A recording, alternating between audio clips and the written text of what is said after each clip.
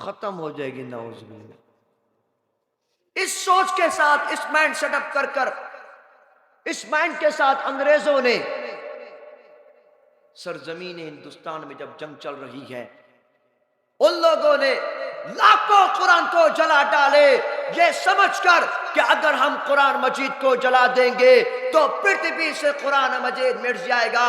لیکن میرا رب کا وعدہ سچا، ساری دنیا کے، ساری پرتھوی کے انسانوں نے دیکھا، اسی رب کائنات نے 70 سال کے بوڑھے سے لے کر 60 سال کے بچے کے سینے میں اللہ نے اس قرآن مجید کو محفوظ کر دیا۔ آپ آج دیکھیے، ہمارے مدرسوں میں آئیے، آپ کو 7 سال کا بچہ دکھائے گا، وہ بھی حافظ قرآن ہوگا الحمدللہ۔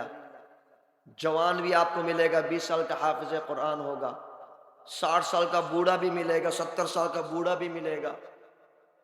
اور آپ کو یونیورسٹی کی، کالج کے کسی بھی بچے کو میرے پاس لائیے، اس سے آپ پوچھیے 5 class, 6 class, 7 class, 8 class, 10 class کی کوئی انگلش کی بک سنا دے، زبانی سنا سکتا ہے کبھی؟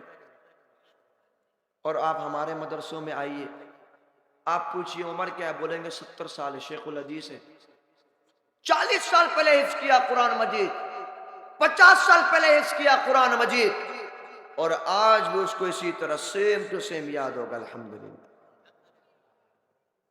یہی تو قرآن کا معجزہ ہے جس سے میں اور آپ بہت دور چلے گئے۔ میرے پیارے بھائیوں، صحابہ کرام نے اس قرآن مجید کو سب سے پتم رکھا ہوا تھا، اس لیے ان کے اندر طاقت بھی تھی، ان کا ایمان بھی مضبوط تھا۔ اور میں اور آپ آج قرآن سے چونکہ دور ہو گئے، ہم سمجھتے ہیں شاید قرآن پڑھنا صرف حضور لوگوں کا کام ہے۔ بھائی ایسا نہیں ہے۔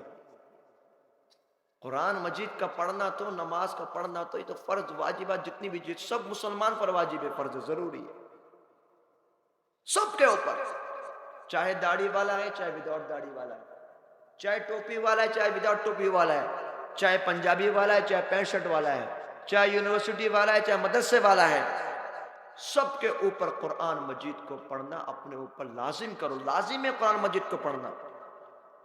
آج ہم لوگ کے پاس ڈگری، دنیاوی بہت ڈگریاں ملیں گی، لیکن قرآن مجید کی سورہ فاتحہ کو ویسے پڑھنے والا کوئی نہیں ملے گا۔ یہ تو ہمارا حال ہے بھائی۔ اپنے منزل مقصد سے ہٹ کر، اپنے اصل مشن سے ہٹ کر ہم لوگ جس مشن کی طرف چل رہے ہیں، میرے پیارے بھائی، یہ رانگ وے مشن ہے۔ ہمیں رائٹ وے کی طرف آنا پڑے گا، اور میں اور آپ اگر اسی طرف آئیں گے۔ ایک مرتبہ اللہ کے نبی کے پیارے ایک صحابی، وہ رات کو قرآن مجید کی تلاوت کر رہے تھے، اور جب ان کی آواز تھوڑی لاؤڈلی ہوتی، اونچی ہوتی، تو ان کے گھر کے باہر ایک گھوڑا سمجھتے ہیں آپ لوگ، ہارس، وہ ہنہناتا تھا گھوڑا۔ اب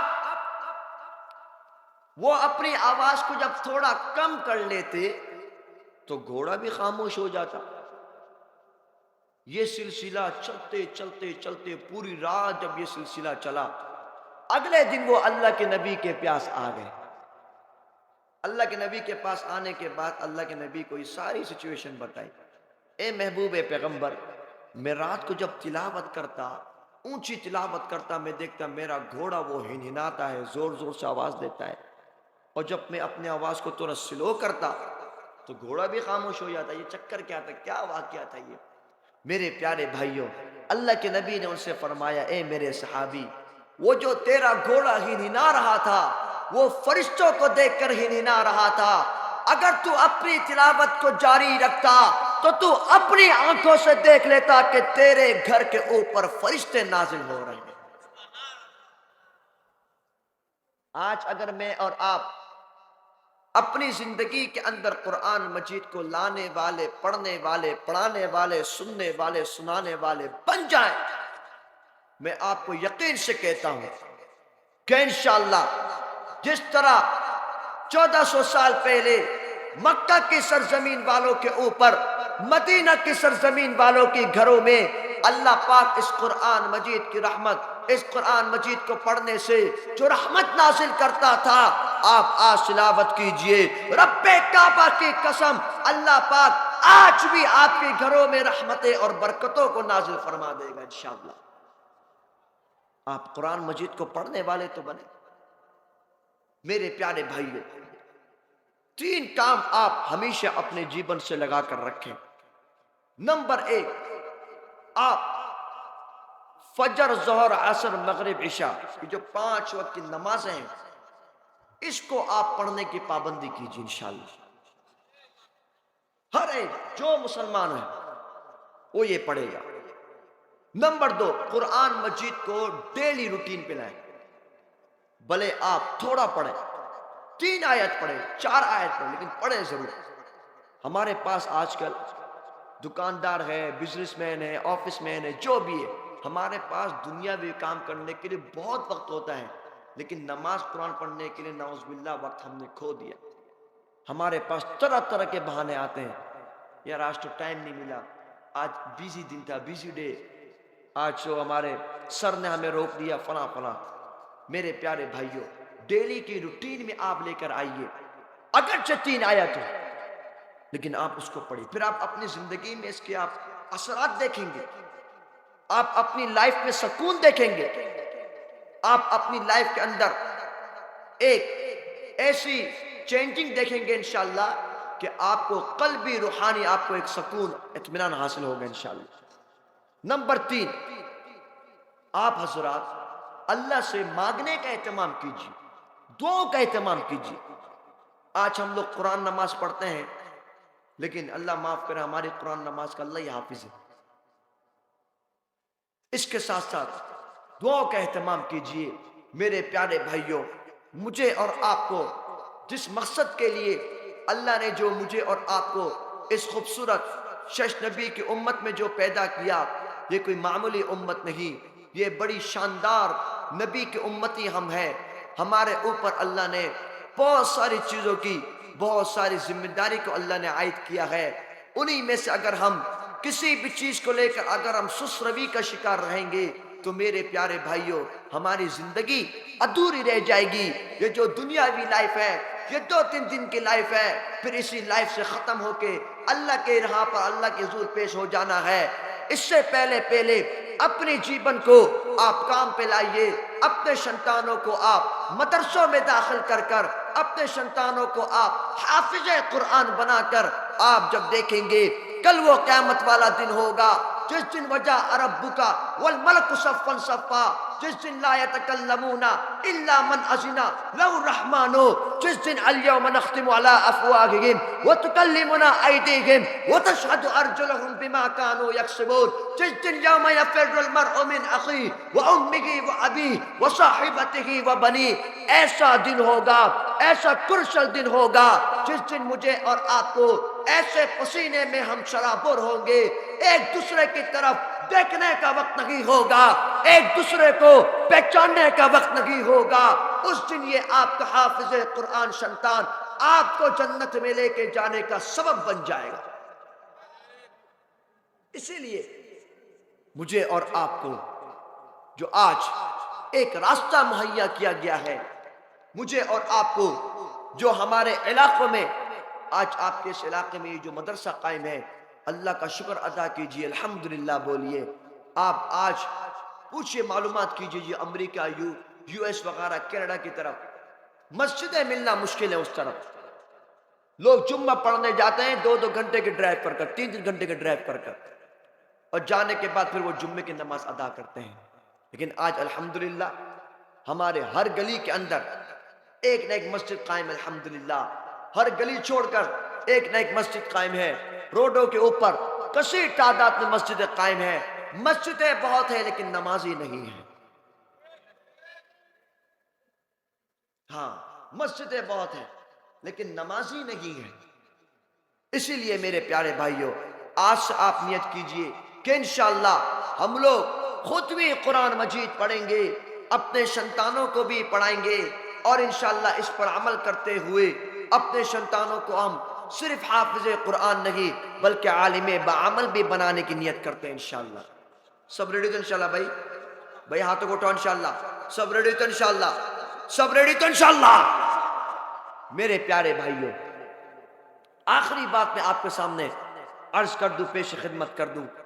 یہ وہ بات ہے جو بات میں ہر جگہ کہتا ہوں اور کہتا آیا ہوں. میرے پیارے بھائیوں، ہر دور کے اندر ایک نہ ایک ناستک آتا چلا گیا، ایک نہ ایک ایسی شخصیت آتی چلی گئی کہ جس نے دین اسلام کو بہت نقصان پہنچانا چاہا یا بہت نقصان پہنچایا. اسی میں سے ایک گروہ ایسا گزر رہا ہے میرے اور آپ کے درمیان میں رہ کر، اپنے آپ کو مسلمان بول کر اور اپنے آپ کو مسلمانوں کے سامنے ظاہر کر کر، مسلمانوں کی طرح گیٹ اپ کر کر، مسلمانوں کی طرح ڈریسنگ کرتا ہے اور اپنے آپ کو مسلمان بول کر مسلمانوں کی آئیڈینٹی کارڈ یوز کر کر اپنے آپ کو مسلمان بولتا ہے، حالانکہ وہ حقیقت معنوں میں وہ ناستک کافر ہے اور وہ مسلمان بول کر مسلمانوں کے ساتھ چیٹنگ کرتا ہے. ایسے ناستک کا نام ہے قادیانی. مسلمان نہ کافر، بے سب بولو مسلمان نہ کافر. اب یہ جو فتنہ ہے، آپ اگر اس کے مین مدعا میں جائیں گے، مول بات کی طرف اگر آپ جائیں گے، جتنے آپ کو دنیا میں یہ جو ناستک وغیرہ نظر آئیں گے، یہ آپ کو نظر آئیں گے کہ یہ لوگ مضبوط ہوتے ہیں پیسوں کے ذریعے. ان کی بڑی بڑی پروڈکٹ جو ہم مسلمان نعوذ باللہ یوز کرتے ہیں، اور وہ ہم مسلمانوں سے ٹاکا کما کر مسلمانوں کے اگینسٹ یوز کر کر مسلمانوں کو نعوذ باللہ مرتد بناتے ہیں. نمبر ایک، جس طرح پران قادیانی پروڈکٹ ہے، شیزان قادیانی پروڈکٹ ہے، آل ٹائم قادیانی پروڈکٹ ہے، RFL قادیانی پروڈکٹ ہے، اور اس طرح میں نے سنا ٹیسٹی ٹریٹ کے نام سے جو آپ کے یہاں پر ہے، یہ بھی قادیانی کمپنی ہے، میں نے سنا. میرے پیارے بھائیوں، ان ساری پروڈکٹ، ان کی کمپنی کا مسلمانوں کو بائیکاٹ کرنا پڑے گا. آپ دیکھیے ہمارے سرزمین پاکستان کے اندر جتنے مسلک موجود ہیں، چاہے وہ مسلک وہ بریلوی کا مسلک ہو، چاہے وہ مسلک دیوبندیوں کا مسلک ہو، چاہے وہ مسلک اہل حدیث کا مسلک ہو، سارے مسلک کے نزدیک دو چیزیں ہیں. نمبر ایک، قادیانی کافر ہے. قادیانی، زورے بولو بھائی، قادیانی. نمبر دو، ان کی پروڈکٹ کو یوز کرنا حرام ہے. ان کے پروڈکٹ کو یوز کرنا. اب بنگلہ دیش کے اندر مجھے اور آپ کو یہ دو کام کرنے کی بہت ضرورت ہے. میرے پیارے بھائیوں، سرزمین ہندوستان میں ایک ناستک پیدا ہوا جس کا نام تھا مرزا غلام خبیث قادیانی. اس نے کہا نعوذ باللہ میں اللہ کا نبی ہوں. نعوذ باللہ بولو. اور اپنے آپ کو اس نے نبی بول کر ہمارے پیارے نبی کی نبوت پر، ختم نبوت پر حملہ کیا. نعوذ باللہ. اب آپ دیکھیے میرا اور آپ کے کرنے کا کام کیا ہے. وہ یہی جو میں نے آپ کو کہا کہ ایسے قادیانیوں سے مسلمان کا کوئی تعلق نہیں ہے. ٹھیک ہے بھائی، ان کی کمپنی کا ہم سارے مسلمان بائیکاٹ کریں گے انشاءاللہ. تیسرا کام، جب بھی ہمارے علماء اکابرین علماء دیوبند، اکابرین علماء دیوبند بنگلہ دیش جب بھی مجھے اور آپ کو آرڈر کریں گے ان قادیانیوں کے اگینسٹ، ہم سارے جبک لوگ، ہم سارے مسلمان کے سنتان ایک آواز بن کر، ایک ہاتھ بن کر ان قادیانی ناستک کے اگینسٹ ایسا اندولن کریں گے کہ انشاءاللہ بنگلہ دیش کے سنسد کے آئین کے مطابق ان قادیانی ناستک کو کافر ڈکلیئر کیا جائے گا. سب ریڈی انشاءاللہ؟ سب ریڈی انشاءاللہ؟ سب ریڈی مجاہد انشاءاللہ؟ میرے پیارے بھائیوں،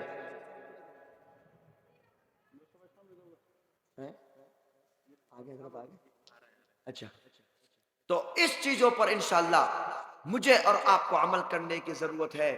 آپ کو شاید معلوم ہو یا نہ ہو کہ انہوں نے جب ابتدا کری، ان کی سب سے زیادہ جو محنت رہی وہ یورپ کنٹری میں رہی. کون سی کنٹری میں؟ یورپ کنٹری میں. اس لیے آپ دیکھیے لندن کینیڈا میں ان کا مین آفس ان کے یورپ کنٹریز میں موجود ہے، اور یہ اتنے خطرناک اور اتنے ڈینجر ہے کہ یہ لوگ اسی طرح نعوذ باللہ پگڑی پہنتے ہیں جس طرح ایک ہم لوگ مسلمان لوگ جس طرح حضور پگڑی پہنتے ہیں، یہ لوگ اسی طرح داڑھی رکھتے ہیں کہ جس طرح مسلمان ہم لوگ میں اور آپ رکھتے ہیں۔ اسی طرح ہمارے اکثر مسلمان بھائی، ہمارے اکثر مسلمان برادر اور ہمارے اکثر مسلم لوگ نعوذ باللہ دھوکے میں آ کر ان کو مسلمان سمجھ کر ہم اپنا ایمان بھی ضائع کر دیتے ہیں، اور ہم لوگ ایمان سے جانے کے بعد سب کچھ کھو دینے کے بعد ہم لوگ کو جب معلوم پڑتا ہے کہ یہ تو وہ لوگ ہیں کہ جو دائرہ اسلام سے خارج ہے، ایک بات یاد رکھیے گا، قادیانیوں کا کوئی مسلک کوئی مذہب نہیں ہے، یہ سیدھے کے سیدھا کافر ہے۔ بات سمجھ آ گئی؟ بات سمجھ آ گئی؟ انشاءاللہ میرے پیارے بھائیوں، میرے اور آپ کے ہم سب کے، میں نے پہلے بھی کہا تھا، ہم سب کے بڑے سرتاج، ہم سب کے بڑے اس ملک کے بنگلہ دیش کے بڑے عالم دین، اور جن سے پورا بنگلہ دیش نہیں بلکہ پوری دنیا کے کئی کنٹری کے لوگ اور عام جنتا جن کے بیانات سے مستفید ہوتے ہیں اور مجھ سے بہت زیادہ محبت کرنے والے، اور میں یہ سمجھتا ہوں کہ میرا یقین بھی یہی ہے کہ میں آج جن کی دعاؤں سے الحمدللہ اس مقام اس مسند تک پہنچا، یہ صرف ان حضرت صاحب کی دعائیں ہیں۔ حضرت اقدس حضرت مولانا خالد سیف اللہ ایوبی صاحب دامت برکاتہم العالیہ، اللہ پاک حضرت کی زندگی میں خوب برکت عطا فرمائے۔